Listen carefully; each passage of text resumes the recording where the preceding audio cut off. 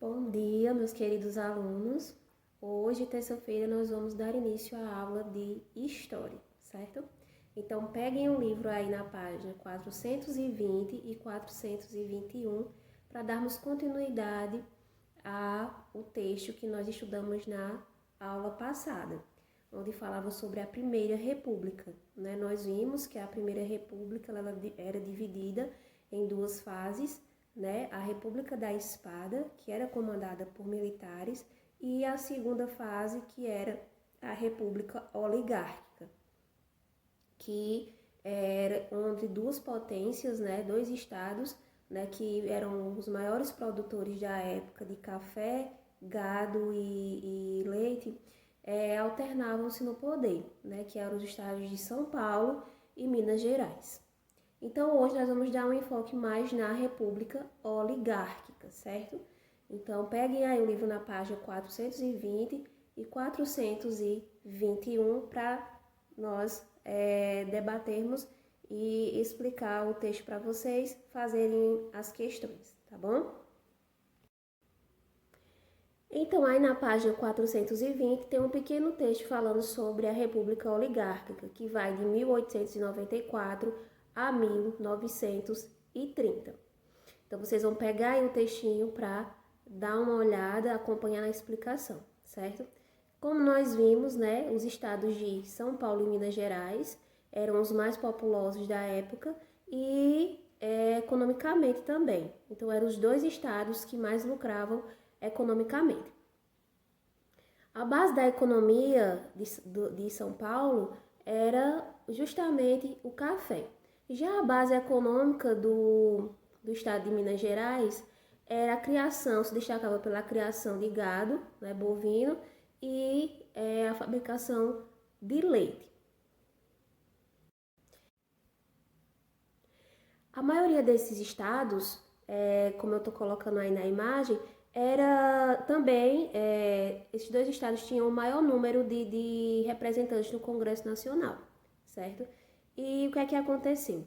O país era basicamente agrícola, então os grandes proprietários de terra também tinham maior influência na política na época.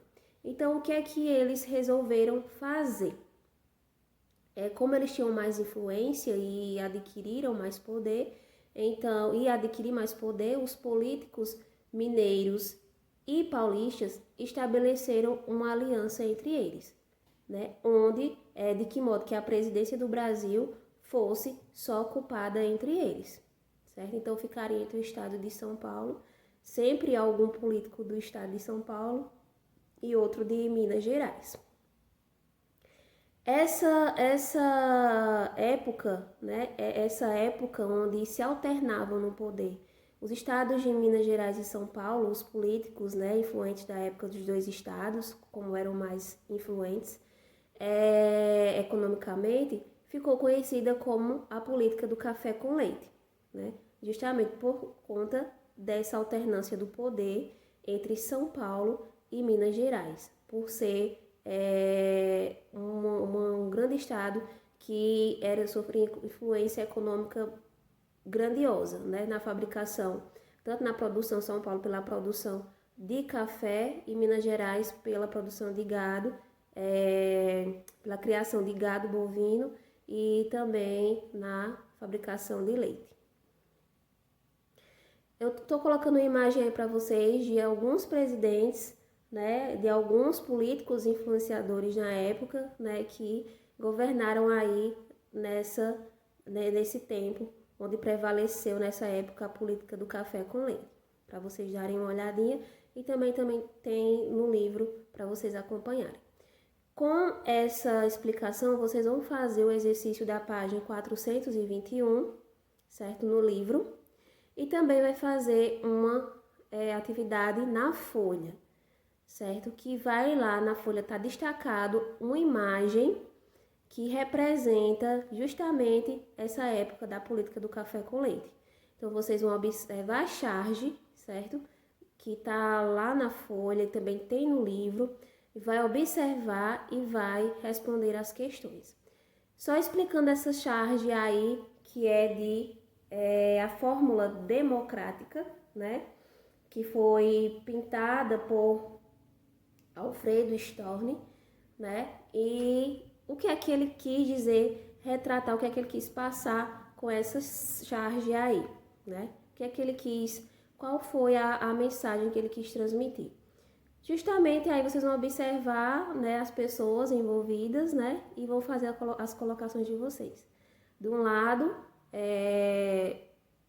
um político, né, do estado de São Paulo e do outro um político do estado de Minas Gerais. Aí no centro a cadeira da presidência. E abaixo algumas pessoas representando alguns estados, outros estados. Então vocês vão fazer essa interpretação aí dessa imagem, tanto no livro, na página 421, como também na folha, certo? E depois enviar para mim, ok? Qualquer dúvida, podem entrar em contato comigo. Beijos, até a próxima aula.